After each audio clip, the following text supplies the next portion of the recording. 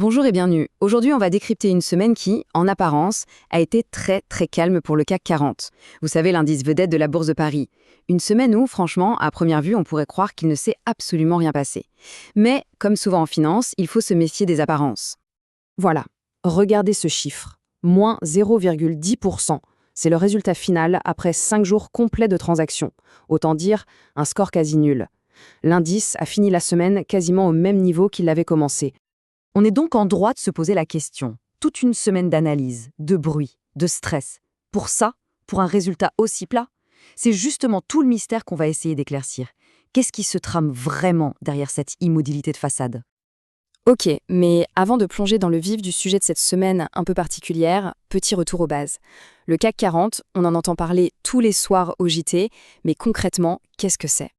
Pour faire simple, c'est une sorte de baromètre qui mesure la santé économique des 40 plus grosses entreprises françaises cotées en bourse. Il faut l'imaginer comme une moyenne de la performance de géants comme LVMH, TotalEnergies, L'Oréal. Ce n'est donc pas une seule chose, mais bien un panier d'actions. Et ce panier, il a des règles bien précises. On y trouve 40 multinationales. Oui, son calcul se base sur la part des actions qui sont réellement dispo sur le marché. Et surtout, sa valeur, elle, change toutes les 15 secondes. C'est un organisme vivant qui bouge sans arrêt. Allez, revenons à notre étude de cas. Cette fameuse semaine du 1er au 5 décembre 2025. Une semaine qui, sur le papier en tout cas, a tout l'air d'être l'une des plus tranquilles de l'année. Alors là, c'est très intéressant de regarder le détail au jour le jour. On voit des petites baisses au début, puis des petites hausses, mais en fait, comme l'ont noté les analystes, à aucun moment l'indice n'a bougé de plus de 0,1%. C'est un vrai encéphalogramme plat. La question, c'est pourquoi ? Pourquoi si peu de mouvement ? Pour le comprendre, il faut aller voir ce qui se passe sous la surface, analyser les forces contraires qui en fait se sont complètement neutralisées. Et c'est là que l'histoire devient vraiment passionnante.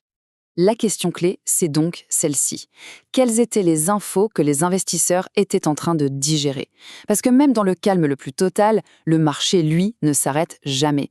Il analyse, il soupèse, il intègre des milliers de données en permanence. En gros, on peut dire que 3 grandes catégories d'informations se sont un peu fait la guerre cette semaine-là. D'un côté, des nouvelles purement françaises. De l'autre, des analyses qui concernent un seul secteur. Et enfin, des grandes statistiques économiques venues des 4 coins du globe. Et l'événement que tout le monde attendait, le point de mire, eh bien, il n'était pas en France, non, il était aux États-Unis. Il s'agissait du rapport sur l'inflation américaine, le fameux indice PCE. Un indicateur ultra suivi. Pourquoi ? Parce que les décisions de la Banque centrale américaine, la Fed, sur ses taux d'intérêt, ça a un effet domino sur toutes les bourses du monde. Paris y compris, évidemment. Et ce tableau, il illustre parfaitement la situation. D'un côté, des nouvelles plutôt bonnes en Europe, le déficit français qui se réduit, de belles commandes pour l'industrie allemande, et de l'autre, des signaux un peu flous, mitigés, qui viennent d'Amérique. L'inflation est stable, ça c'est rassurant, mais les chiffres de l'emploi sont ambigus. Le marché était donc tiraillé, coincé entre un certain optimisme local et une prudence mondiale. Maintenant, changeons d'échelle, zoomons un peu. Parce qu'un indice qui fait du surplace, ça cache toujours d'énormes différences entre les entreprises. Pour certaines, la semaine n'a pas du tout été calme, il y a toujours des gagnants et des perdants. Le meilleur exemple de ça, c'est ce qui s'est passé jeudi. Alors que le CAC 40 gagnait un tout petit 0,43%, un secteur, lui, était en pleine ébullition et tirait tout l'indice vers le haut. Le secteur automobile. Regardez-moi ces chiffres. Plus 6,3% pour Renault et plus 3,7% pour Stellantis en une seule journée. Et la cause de tout ça ? Une simple note d'analyste. Des experts de Bank of America ont publié une étude super optimiste sur l'avenir du secteur et bam, ça a suffi à déclencher une vague d'achats.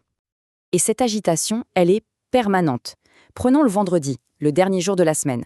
Pendant que l'indice global faisait du surplace, eh bien Saint-Gobain grimpait de presque 3%, tandis qu'Orange perdait plus de 2%. La surface a l'air calme, mais en dessous, ça bouillonne.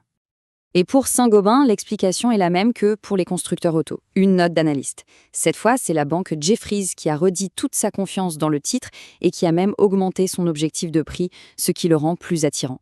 C'est l'exemple parfait de l'influence que peut avoir une seule analyse cible. Bon, maintenant qu'on a vu tout ça, prenons un peu de hauteur. Qu'est-ce qu'on doit retenir de cette semaine qui semblait si banale ? Quelle est la grande leçon de cette histoire ? Le point crucial, c'est celui-ci. Une semaine plate ne veut pas dire que le marché s'ennuie.